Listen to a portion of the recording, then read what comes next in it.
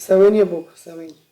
ثواني يا حبيبي، ثواني بس بعمل حاجة اخلص واكلمك. حاضر. يوه، ما قلت ثواني بقى. خد الواد ده من هنا.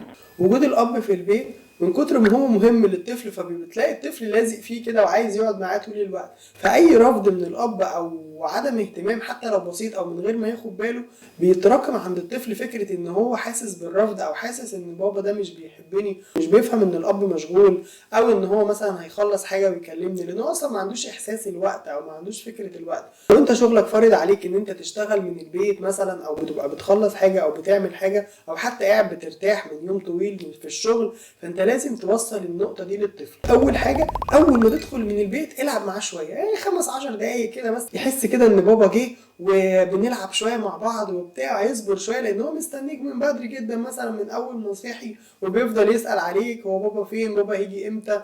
الحاجة التانية، لو انت بتعمل حاجة وهترجع تاني تلعب معاه بس بعد شوية، لان الطفل مبقاش عنده احساس بالوقت، فما ينفعش تقول له شوية وهلعب معاك، مش هيفهم قوي يعني ايه شوية. شوية دي يعني قد ايه؟ ممكن ثانيتين وتلاقيه جالك تاني نط فوق دماغك ويقول لك قوم العب معايا. هي الفكرة كلها انك توصلها له، هنخلص اكلنا وبعد كده هنقوم نلعب مع بعض، او مثلا هنخلص الواجب بتاعنا وبعد كده هنقوم نلعب مع بعض. فلازم تربطها له بحاجة هو يفهمها وتبقى بالنسبة له يعرف يقيسها.